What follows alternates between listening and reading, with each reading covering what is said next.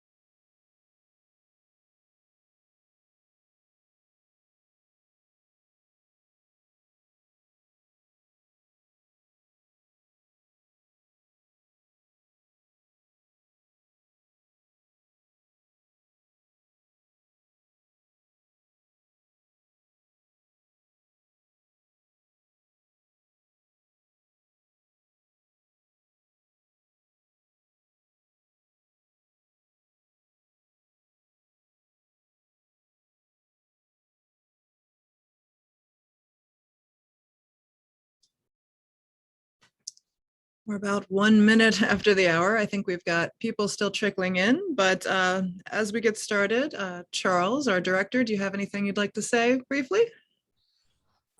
Sure. I want to say, first of all, thank you all for coming. We're really excited to have you all here. Hopefully you all had a chance to watch the welcome video to give an overview of Congress, but we're really excited about this year's Congress. We have lots of great things going on.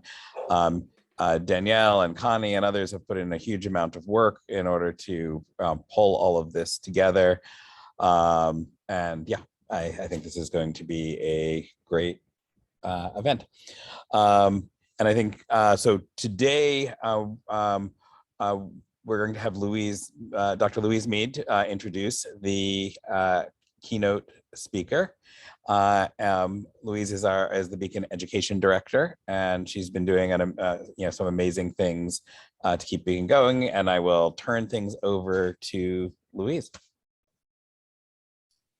Thank you, Charles. I'm gonna hope that I can get this in without dogs barking. I apologize if you hear they are out of the room, but hopefully they will behave. So it is an honor to be able to introduce our speaker for this morning. Dr. Jeanine Abrams McLean is the current Vice President of Fair Count, which is an organization dedicated to achieving a fair and accurate count of all people in Georgia and the nation in the 2020 census, and to strengthening the pathways to greater civic participation. And while we at Beacon certainly would find those qualifications exceptional, we were super excited to also find out that she was trained as an evolutionary biologist. So she is highly skilled with over 15 years of experience designing and managing, implementing population-based studies and projects. She graduated from Duke University with a bachelor's degree in biology and minor in theater studies. She went on and earned a doctorate in ecology, evolution, and behavior at the University of Texas at Austin, working in the Hillis Lab. And her dissertation work used experimental and genomic data to elucidate the mechanisms driving the evolution and spread of the ranavirus, with a focus on host switching within the genus. And Jeanine actually got to visit MSU with David Hillis during the NSF site visit for Beacon early on. And also, I'll note that she was an inaugural undergraduate diversity and evolution program participant when it was started by Scott Edwards, and the program is now administered through Beacon and the Society for the Study of Evolution. So another wonderful connection. She moved on later to the Centers for Disease Control and Prevention, where she applied her expertise in computational biology and population-based studies to help understand and control the spread of antibiotic resistance. And in addition to her work in public health, she's very passionate about finding ways to tackle community-based issues using strategic planning and innovative ideas. And I think that brings us back around to her current position with Fair Count. So today she's going to focus on science for social equity, using data and community engagement to bring about real change. And it's just a wonderful honor to have her participate in the Beacon Congress. Thank you, Jeanine, so much for joining us, and I'm going to turn it over to you now. Thank you, Louise, for such a wonderful introduction. I just want y'all to know I'm so excited to be here today. I was telling folks earlier, even though I'm not doing science right now, I often wear my Tree of Life pendant and my DNA earrings to remind me of my roots. So I'm very, very excited to be here. And I'm going to share my screen. All right. So as Louise said, I am going to talk about how I use my experience as a scientist, as an evolutionary biologist, as someone who works with data to really advance social justice issues, and how we use data and community engagement to make real change. So just to give you an overview, I'm going to talk about how it started. You just heard a little bit about it. I was excited about this because I was like, "Ooh, I get to talk about science." So how it started, my career in evolutionary biology, how I ended up being in the civic engagement and advocacy realm. Then I'll talk a little bit about data and action, how we at Fair Count really use data to drive all of our initiatives, all of our strategies, our processes. It's an integral part of the work that we do. Then I'll talk about two specific programs that are near and dear to me. One is called Pandemic to Prosperity South, and then another is Science for Social Equity. And then lastly, I'll just talk about some things that we'll be doing, briefly talk about things we'll be doing moving forward. So how it started. As you heard, I started in undergrad. I worked in a lab, in Cliff Cunningham's lab for my entire 4 years as an undergrad at Duke University. I also got to work with Cynthia Reginas, and she did a lot of work on blue mussels. And this is actually my first publication with Cynthia on positive selection in Middleus. But I got to work on a lot of really cool organisms, mussels, jellyfish, corals, barnacles, all kinds of really, just amazing organisms as an undergrad. And that really fueled my passion for evolutionary biology. I took 2 years off and I taught high school science in Charlotte, North Carolina. But then I connected with Cliff and I said, I'm ready to go back to grad school. Let's do this thing. And he really encouraged me to check out UT Austin.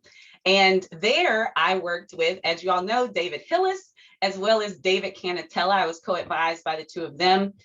Came in, started working on frogs, but really wanted to do something with pathogens. And so actually David Canatella, y'all might know him as Catfish, he said, hey, have you heard about these viruses that are killing off amphibians and causing these population die-offs? And so I spent the rest of my time learning about ranaviruses, really looking into the evolutionary mechanisms that were allowing them to switch hosts. That was really some cool work that I got to do as did some other kinds of experiments that I won't get into, but this was the focus of my dissertation, really looking at how these viruses have evolved. And when you see the work that I end up doing now, this all comes back into play because I spend a lot of my time explaining to people that they're seeing evolution in action right now with COVID. People talk a lot about variants, but those variants are due to evolution. And so I get to bring, even when I'm talking to people to try and get them vaccinated or to teach them more about what COVID is, I get to still bring in that my expertise in viral evolution to drive those points home.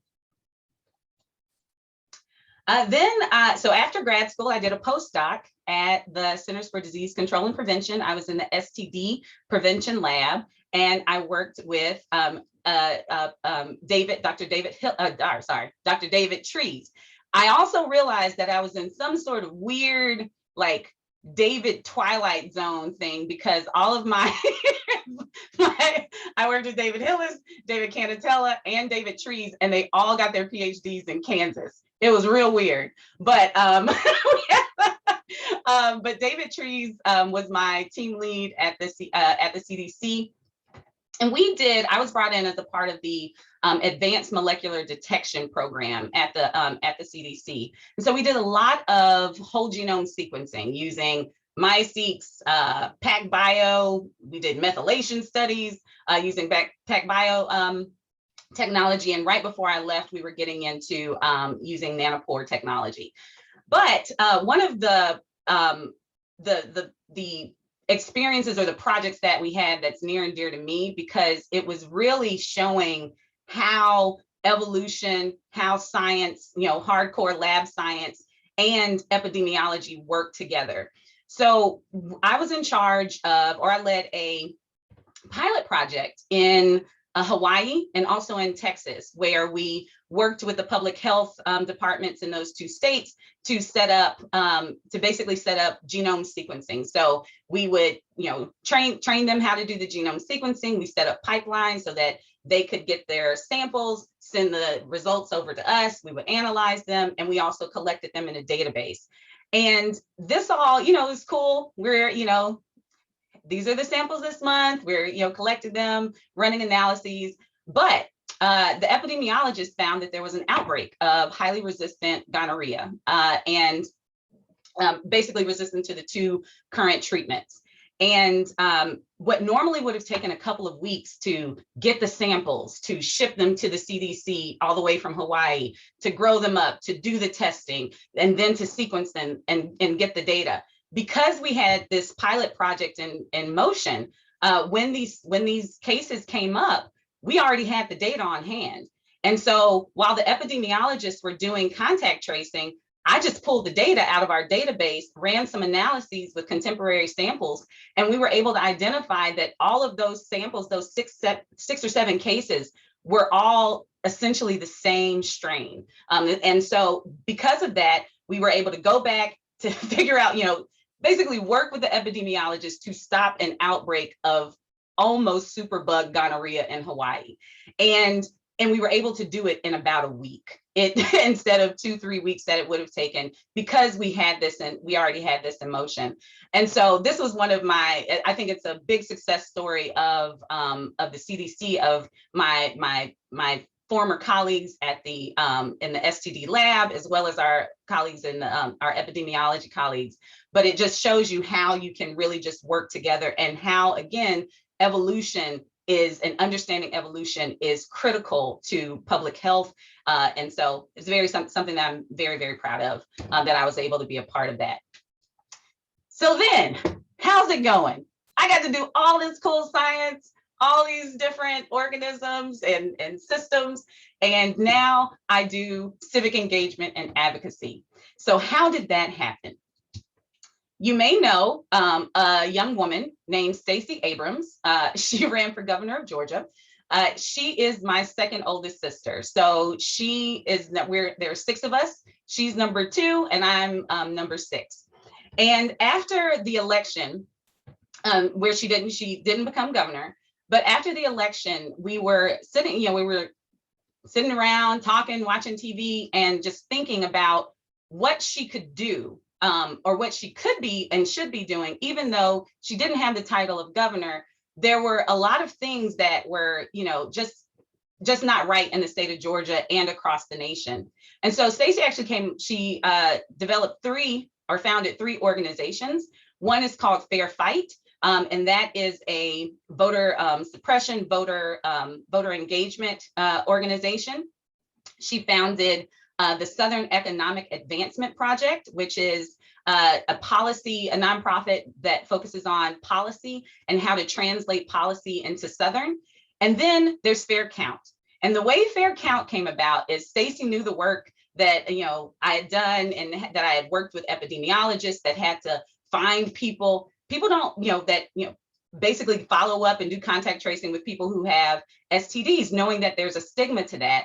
And, how do you get these people to, come back to do, curative tests, how do you keep up with them? So she knew that I had worked in this space, and she also knew that the census was coming up. And she literally, sitting on her couch, asked me, Jeanine, if you do this kind of stuff, or, you've done stuff with populations and ecology, if you had to count everybody in Georgia, how would you do it? And I'm like, we're watching Star Trek. Like, why are you asking me this right now? But I went home and I thought about it.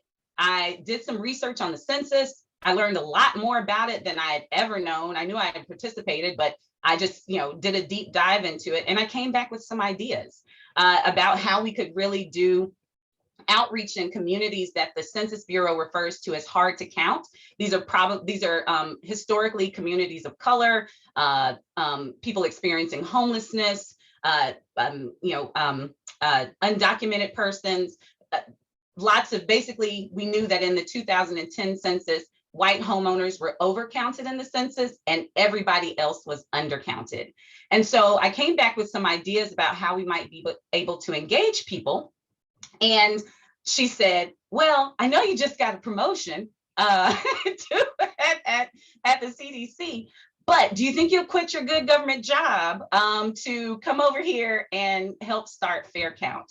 And so Fair Count was founded by Stacey and our CEO, Rebecca DeHart, who you see here. Rebecca and I started Fair Count together. It was just the two of us at a sandwich shop, thinking about how we could, what we could do to make sure people were counted in the census. And that's how I got to where I am now. And I can say that although I miss being in the lab, I miss I miss constructing trees, I miss all of that. This is probably some of the most rewarding work that I've been able to do. And I've also had the opportunity to really incorporate my love of science and my love of data into civic engagement work. So as you heard, we are a nonprofit, nonpartisan organization, and we really work to build long-term power in communities that have been undercounted in the census, underrepresented at the polls, and whose communities are torn apart during the redistricting process. And we do this through deep dive organizing. We hire organizers who live and work in the communities, who listen over time. Our organizers have been in the field and in these communities since we were founded in 2019, and they haven't stopped. They've gone through the census, they've gone through elections, and now they're in the middle of redistricting. And then, as you'll see, we've added on some things along the way, especially around COVID recovery. But it really is about keeping people civically engaged and giving them the tools to claim the power that they deserve. So now I'm going to talk about data in action. One of the first things I did when I got my hands on census data for the state of Georgia was to go in and identify and basically create a heat map of where the historic undercounts had happened in the state. And so if you look at, I don't know if you can see my mouse, but everything in purple is where 76 to 100% of the communities or the census tracts are have experienced under historic undercounts. And there's an area with and we focused on, I basically divided the state into zones, and we started in the zone that is third, or it's on the left, and it's got a whole bunch of purple and red in it. So that's our zone 4. And we started all of our initiatives. Everything that we tried, we started here because we knew it was the hardest place in the state to get people counted. And if we found something that worked in that zone, we would spread it out to the other ones and use those methods. What we ended up doing, so we did that for Georgia, but we also partnered with the Congressional Black Caucus Foundation. They had one of their leaders there worked with students from the University of California, DC campus. And this was a part of the, I think, public policy program that they had there.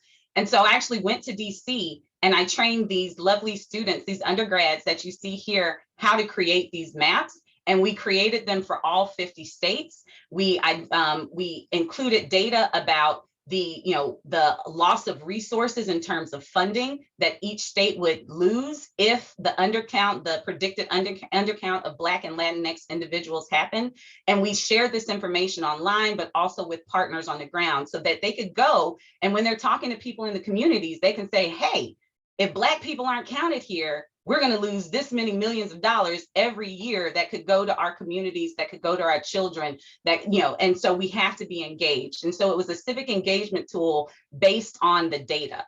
And, I know that there's been a lack of there's been people aren't trusting science as much. But when you show people the numbers and you tie it to their communities and to interest and to their interest and their concerns, that trust tends to go out the door if you can make it really personal to them. And so that's something that we try to do. For voting, a lot of people, especially during the general election in 2020, and again, we're nonpartisan, so I'll tell people all day, every day, I don't care who you vote for as long as you vote. I'm here to you just need to make your voice heard.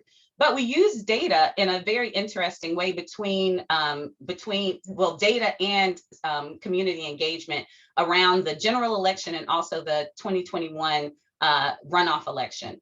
One of the things we look at is a metric that a lot of folks don't pay attention to. So most of the time when you're thinking about voting and when you look at the news, it's all about turnout. How many people showed up? This many more people showed up. But we look at a metric called the vote share gap or vote share. And we look at that gap so that's the gap between the number of people that are registered and the number of people that actually show up to vote. And so after the general election, we paid to have I think it was definitely every Black person in the state of Georgia. We have 159 counties in Georgia. We primarily focus on communities outside of the metro Atlanta area. So that's about 149 counties. And so we went through the voter registration files. We found Black individuals that were registered to vote but did not vote in the general election. We did polls. We said, hey, what's the likelihood that you'll vote in the runoff election, even though you didn't vote in the general? And they rated themselves. And people that rated themselves at a certain level and higher, we then moved those folks over to our universe. They got our phone calls, our text messages, our mailers, we dropped literature, door hangers on their doors about voting and why they should get engaged. And so what we saw across the state, we really did this a lot of the on the ground work with our field workers, our field staff. We did that in 28 counties. In rural Georgia. And so what we found was that between the general election and the runoff election, the vote share gap decreased across statewide in the Black community by 0.7%. But in the areas where we were on the ground, we saw that increase by almost 1%, so 0.94%. And so we can look at the data, we can talk to people. And that's the problem. Like people don't talk to folks anymore. You just go out and tell people what you think they need. But we were able to talk to people, get information from get information from the people that we needed to get out there and have their voices heard. And we did end up seeing a difference in that vote share gap shrunk. And so whereas turnout, the way we think of it is turnout is an indicator of enthusiasm. Decreases in the vote share gap, that indicates engagement. And that's what we're about, is civic engagement. And how can we continue across the board to decrease that vote share gap in communities that have been historically disenfranchised. All right, so now redistricting. This is a kind of weird slide, but I'm going to tell you what happened. So when the census data come out, you use census data to redraw congressional lines, state legislative lines, all the way down to local lines like county commissioners and school boards. So I went to this training about redistricting and mapping, and I hear somebody talking, and it was actually Moon Dunchin, and I hear her talking about Markov chains and maps and millions of maps, and how do you figure out where the right map is? And I was like, is she talking about tree space but with maps? Like, I was just, and I felt so, I remember I actually emailed or sent David Hillis a message, and I was like, they're talking about, I'm not doing science anymore, but they're talking about Markov chains and map space. And so I was really excited about I felt at home. It was just really comfortable to hear that type of stuff being in a new role. But so that's the data part. There's going to be I actually got the data for redistricting for the state of Georgia the other day. And so we are actually, Fair Count will be creating alternative fair maps that really incorporate community input. So we're part of a national hub called Charge. And Charge is 9 organizations and we're doing training to really encourage communities to get engaged in the redistricting process. One of the things that we do through this training and through our work at Fair Count is we do community mapping. So communities of interest, we want those maps. Communities of interest are a key component of redistricting. And we want to actually have maps that go along with, how people define their communities, so that you have a situation where voters pick their elected officials and not the other way around, because that's what happens when you draw unfair maps or gerrymander. The politicians pick their voters. And so we used Representable, which is a tool out of the Princeton Gerrymandering Project. And Representable, you can go on, please do it. I just want everybody to do it. So you can go on for your own community, and you can literally draw a map around what you consider your community. And then you can provide a written testimony, really short, why you think this is your community, why you think the people in your community have shared interests that should be incorporated into the redistricting maps, so that you have, so that the maps are fair, so that you have competitive districts, so that there's not going to be no gerrymandering, but so that you can hopefully decrease it as much as you possibly can. So what we're doing, we're actually in the process, now that we have the redistricting data, we are going to be taking these maps that we're collecting. Our field organizers do Mapping Mondays, where we go online, we show people how to make their maps. We also do Testimony Tuesdays to show people how they can write testimonies and also do public testimonies around redistricting. But we're building a database of maps, and then we're going to put those maps into another program called Maptitude, which is used by most states to draw redistricting maps. And we're going to create maps, fairer maps that actually show and incorporate data from communities of interest, so that they are fair. And we'll present those as alternatives to unfairly drawn maps.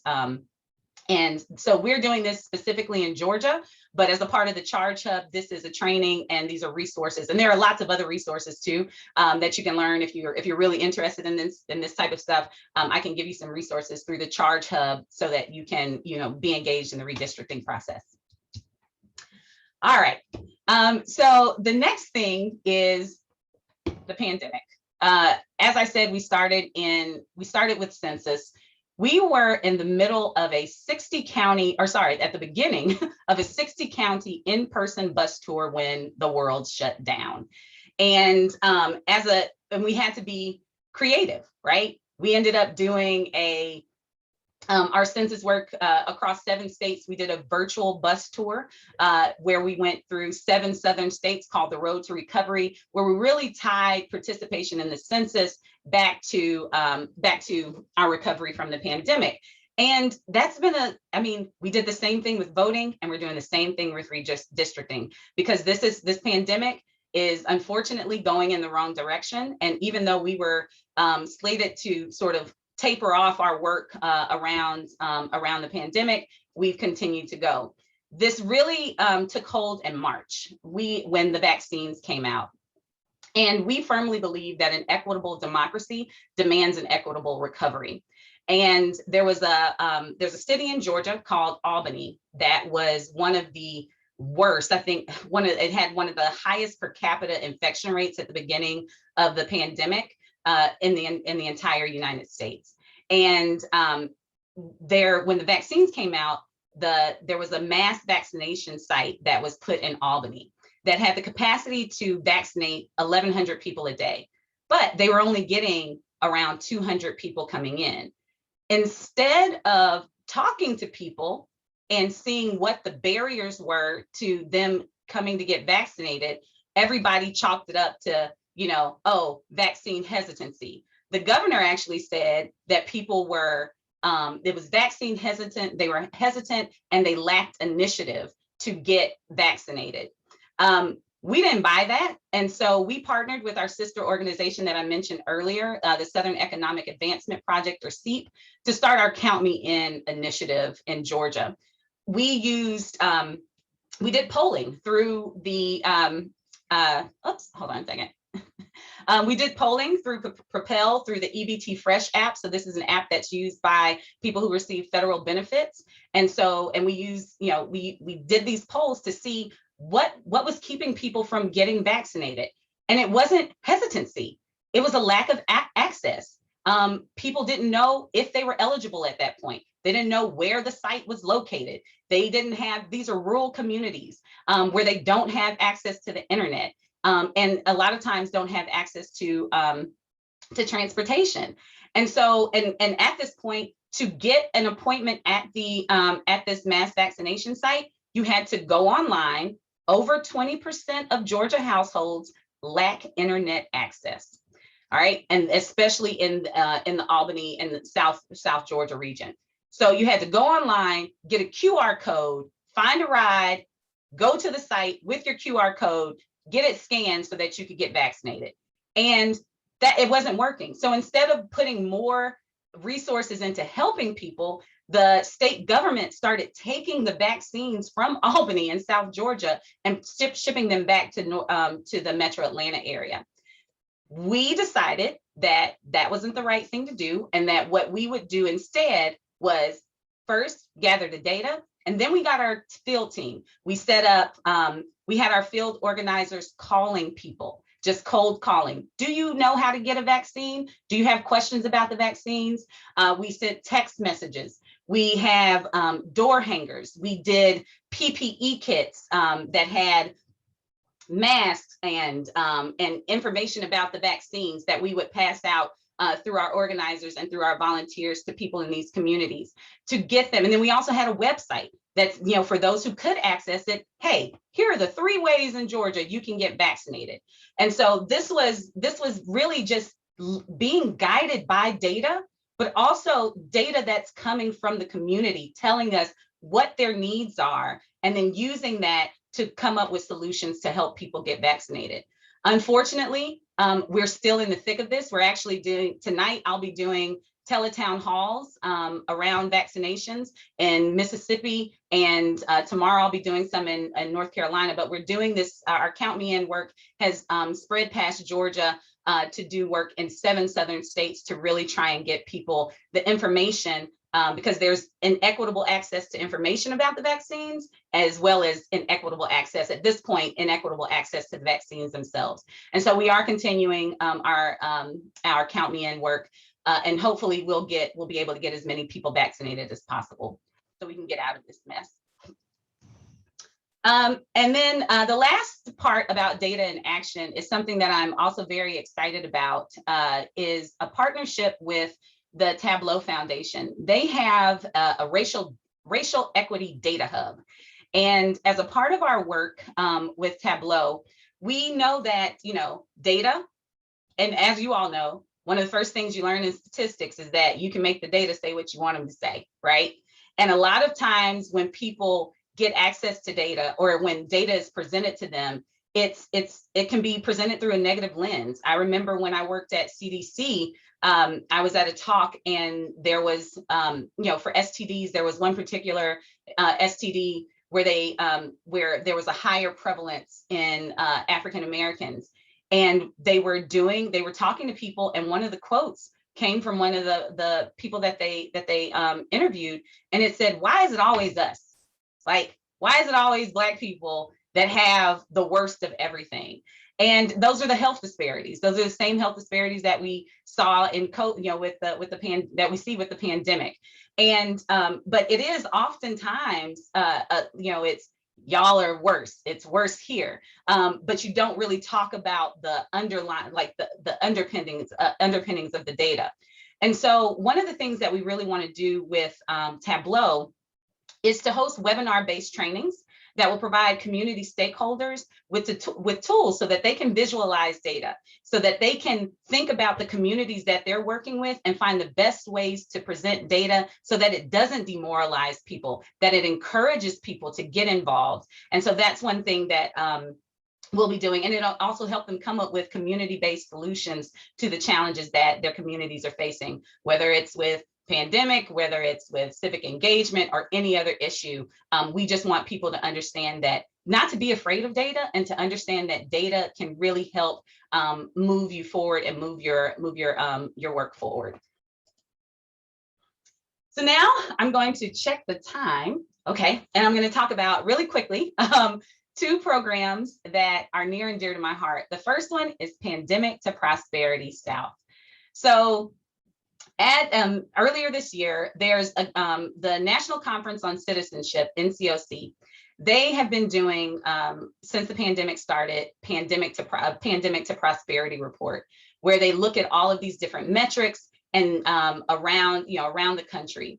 And through our work, we got connected with them, and we decided to do a separate series solely focused on the South, because the South was being hit so hard by the pandemic, as well as racial unrest after the murders of George Floyd, Ahmaud Arbery, Breonna Taylor. And so we partnered with NCOC and also with our sister organization, SEEP, the Southern Economic Advancement Project. And so this is a data, policy, and organizing effort where we compare the South's recovery to the rest of the country and highlight opportunities for the South to really highlight opportunities for us to be an example to the rest of the country, so how we can come out of this mess. The one way we think about it is, if you can do it in the South, you can do it anywhere. And I am from, I've lived in the South my entire life. I'm from South Mississippi, literally the coast of Mississippi, so the bottom of the map. And, the South is near and dear to my heart. And so this was something that I really wanted to make sure that we could get off the ground and really utilize to drive our work. So obviously we look at, this is from the latest report. We have 3 reports that we've done so far for Pandemic to Prosperity South. And we're actually in partnership with Tableau. We're going to be building a dashboard, a data dashboard, where people can actually go in, look at one of the 20+ indicators that we look at throughout these reports at the state and county level, to really pinpoint and get the data that is relevant to them and their communities.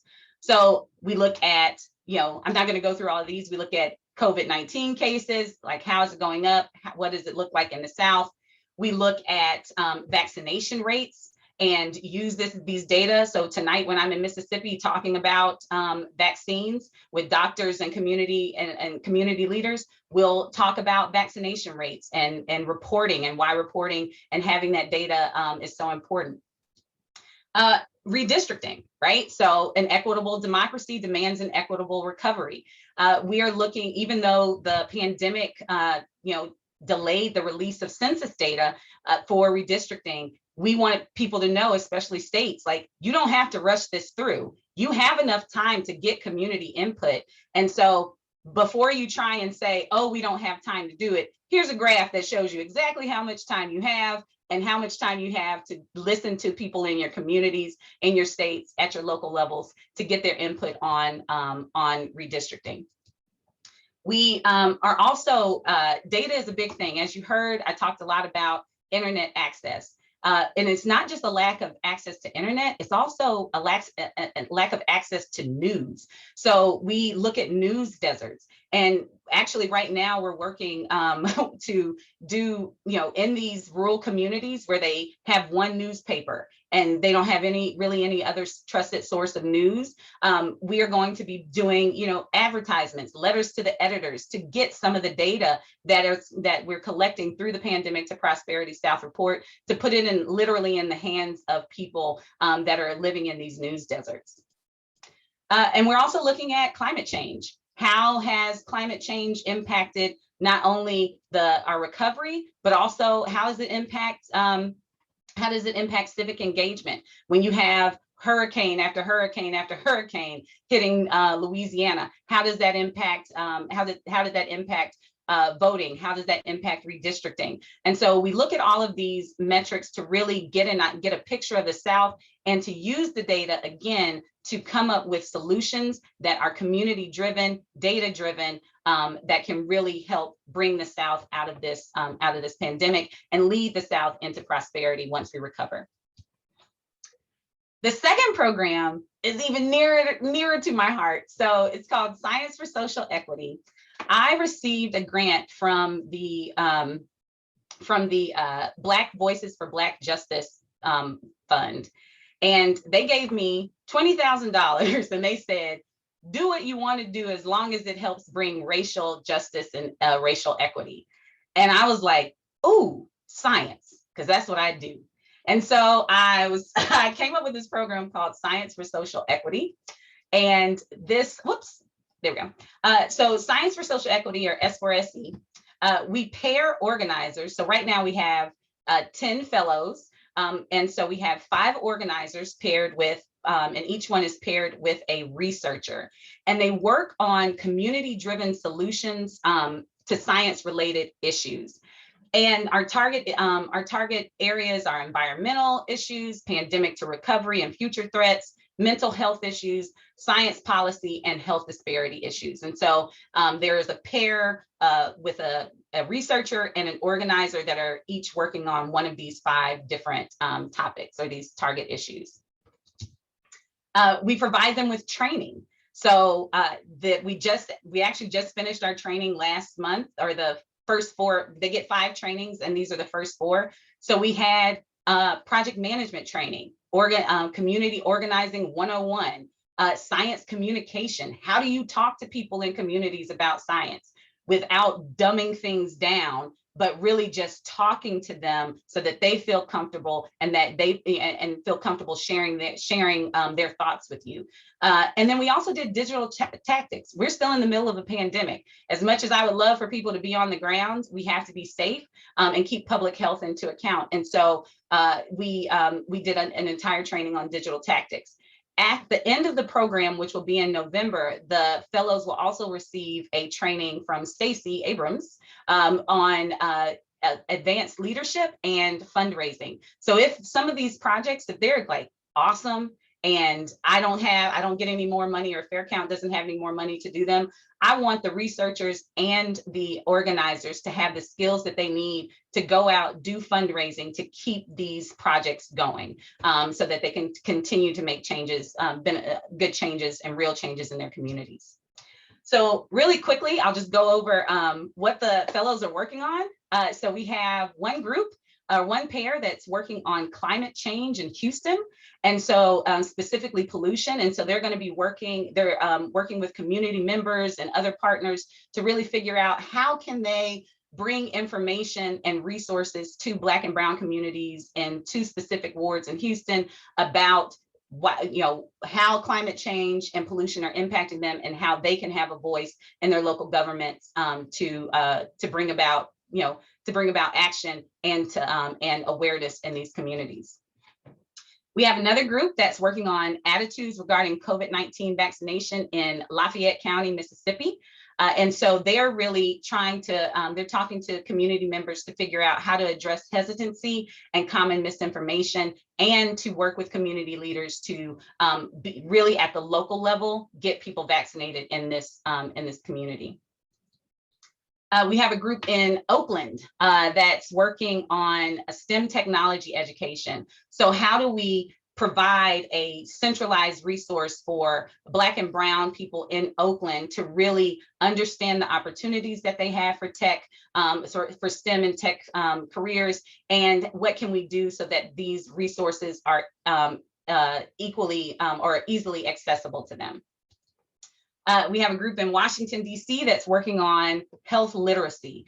So, and they've already developed interactive and accessible health literacy curricula and toolkits that they'll be disseminating and working with. And they've already talked to community leaders to really guide the production or the drafting of these toolkits and these curricula that will not only teach young folks about health literacy, but also older people and everyone in between, so they know the questions to ask when they see their doctors and healthcare providers.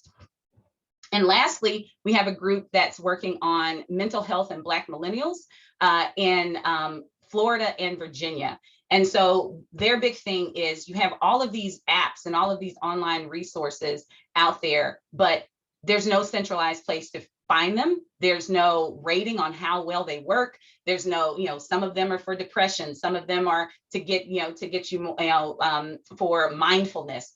How do we get a centralized database? And then how do we use our communities and our allies and our community partners to disseminate this information to help reverse or to help people with Black millennials with mental health issues. All right, so I think pretty good time. I'm almost done. So I have plenty of time for questions. So going forward, what will I be doing? At Fair Count, like I said, this is some of the most rewarding work. When you can talk to people that looked at you cross-eyed when people that looked at me cross-eyed when I started talking about census data and the importance of the census, that are now like, what are we going to do for redistricting? Like, they are engaged, they are ready to go, and they are committed to this. There's just something that is just so rewarding. And also to see people claim their power, to see people, I had someone after my sister's election tell me that she wasn't going to vote anymore because her vote didn't count. And to have that person be like, I voted, I'm going to keep voting. Like, those are the types of things that really just, it's really rewarding work. I often get asked, there's all kinds of stuff that's, voter suppression bills, there's redistricting and how awful this cycle might be. And how do I keep going? Well, we know, Rebecca and I, when we started this, we knew that there were going to be big challenges, and we just have to keep swimming. We have to keep being big, we have to keep being bold, and we just don't give up. And we work very well together because we both have that same mindset and that same attitude about the work that we're doing.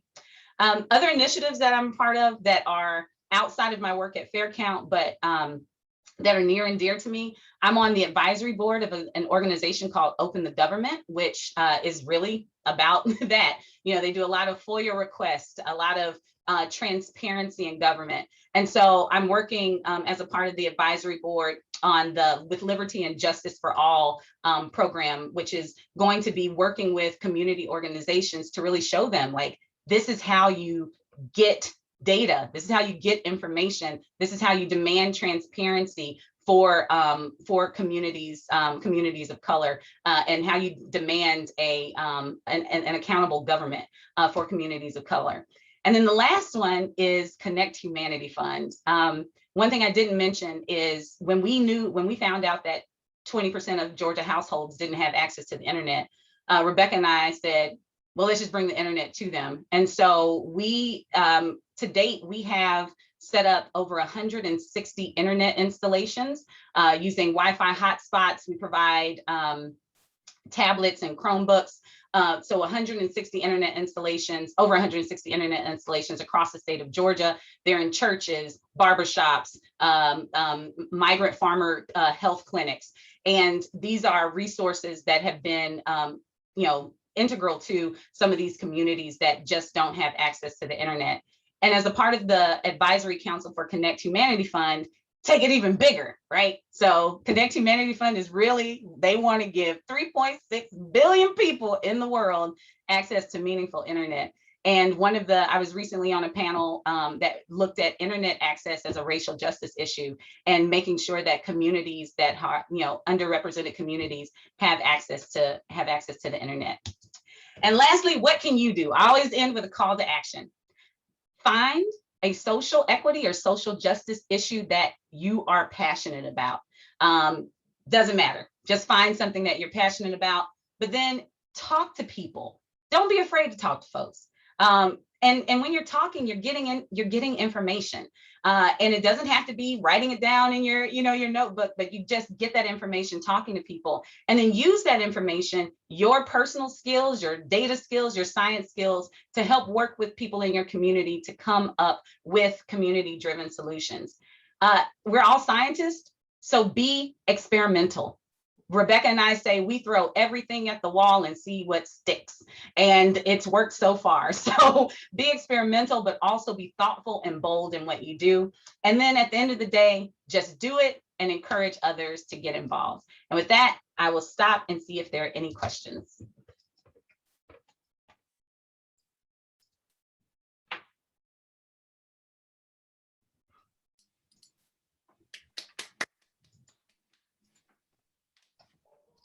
Thank you so much for this fantastic talk. Let's see, there's a lot of chatter in the chat. Much of it is serious, some of it is silly, but I don't see any specific questions yet. So if anybody has a question, for now, you can unmute yourself and ask a question. If we get a lot, I'll ask people to start using the raise hand reaction in your reaction menu.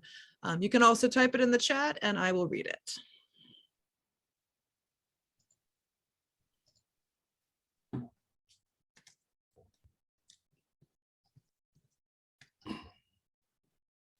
So I'm happy to start with a question just to get things going. And I have to say there was so much in there that is really fascinating, and so many different questions to actually ask. I think one of the questions that I had was when you were talking about gerrymandering, and obviously gerrymandering is this huge issue of how to prevent it, what sort of laws should be in place, and how all of that should work. But one of the challenges I know of coming up with laws is what are even the principles that should be used in order to form fair districts? Because I know in some places, like if you have a district that is predominantly Black, that is going to be an overwhelmingly Democratic district, and that is actually something that is often done as part of gerrymandering in order to concentrate Democratic votes. And so I was just wondering what your thoughts are on how to even do that, like what sort of guidelines should be used in order to redistrict fairly. So this is a book. It is just riveting. It's redistricting law, but it's not, so it's not the most exciting read, but this is all about the rules that go into redistricting and what has to be done. One of the issues that we're seeing with this redistricting cycle is that because of changes to the Voting Rights Act, community or states like Georgia aren't subject to pre-clearance, and so they don't have to have their maps checked. Dr. Graves, I don't know if you're still at North Carolina A&T, but when you talk about communities being, so what you were talking about is what's called packing, where you pack groups together, but there's also cracking, where you divide groups to dilute their power. The last redistricting cycle, North Carolina A&T, which is the largest HBCU in the country, was literally split down the middle to dilute the power of those college students. And so you could walk across the dining hall. If you lived on a dorm on this side, you were in another district versus your friends who lived on the other side of the dining hall. And so those are, without pre-clearance, we do expect that type of packing, that type of cracking to be done to dilute the power of communities of color. But that's why I was talking about the community of interest maps. If we can talk all day, and you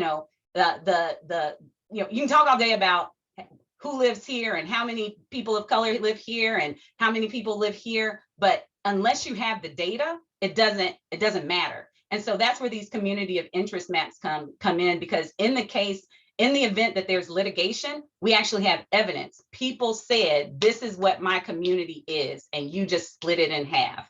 This is what my community is, and you just put me in a corner so that my vote doesn't matter as much. And that's why we're collecting those data. Yeah, So, and I was going to quick get in because Jeanine, called us out in North Carolina, but as I'm sure most of you know, our districts are still unconstitutional as determined by the Supreme Court. And it's precisely because of the things that Jeanine talked about. I mean, literally where I live is on the exact opposite side of the city from North Carolina A&T, but I'm in the same voting district as one half of the campus. And so the intentionality of gerrymandering in North Carolina is really well known. I mean, these are polygons that you couldn't have imagined in your worst possible nightmare. So gerrymandering is really extreme in so many states, and that is one extreme example, I guess. So pulling communities together is obviously one clear thing that we want to make sure is reflected. I guess I was just wondering, how, what other guidelines should there be in order for it to be as fair as possible? But no, I mean, I think that does answer a lot of my question there. Yeah, it's the law, and then also the way that the maps are drawn. And I won't get into the details of that, but really the selection, the criteria that you put in prior to building the maps, and then actually tweaking the maps once that so that output comes out. So how you used to go in and check the bootstraps for like you do that with the maps as well, to make sure that that the algorithm didn't unintentionally like leave a part of that community out, while maintaining equal numbers for representation. Yeah. Thank you. Thank you. Yes, we have a couple questions in the chat, and I just want to make sure we have a chance to get to them. So we will start with Emily Weigel's question. How can folks who want to expose students to the pandemic data / inequities in Georgia best access those items? You can go to Pandemic to Prosperity. I'll put it in the chat. But that's the reports themselves. They live on the website.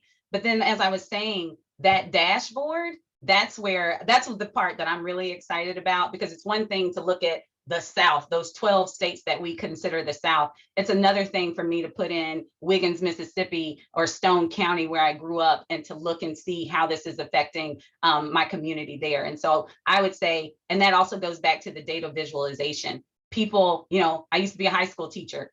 Some folks like pictures, right? And pictures help you figure out what's going on. And so I think that those are two ways that you can start to introduce this to students. Great, thank you.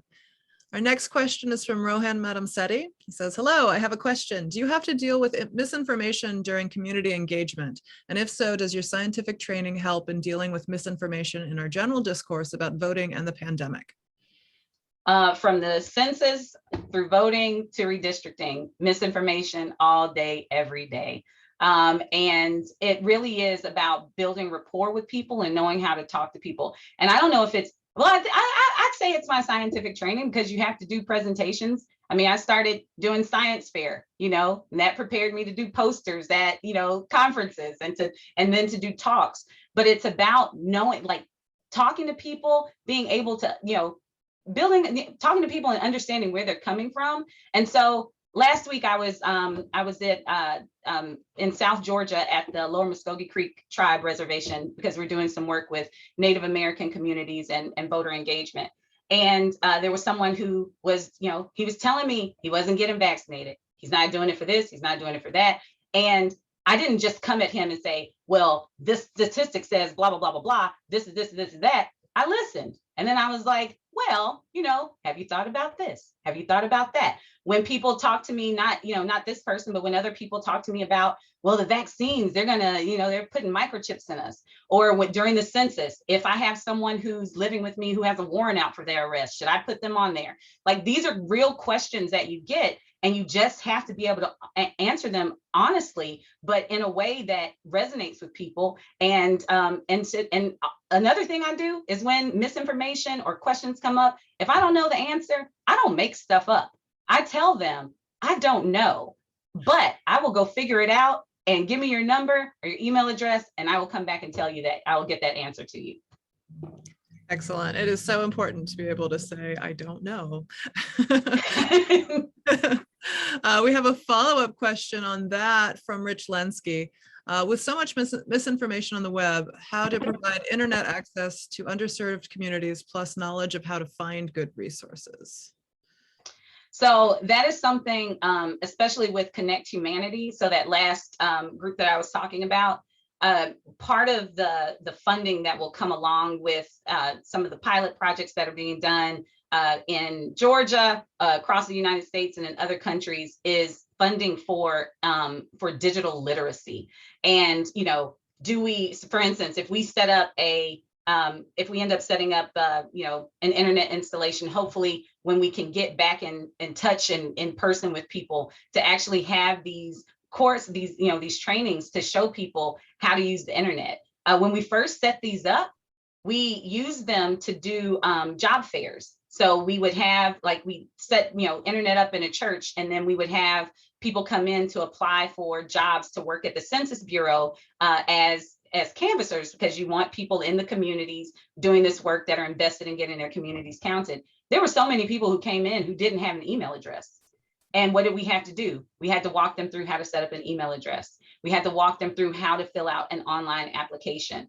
And so a big part of this is digital literacy, and hopefully we'll be able to do more of that when we can actually get, because a lot of this, if you don't know how to get on the internet, then I can't do a webinar with you. Right. So it takes being in person with people. Excellent. Well, let's see, we're at 1 o'clock. Do we want to squeeze in one more question? Does anybody have anything?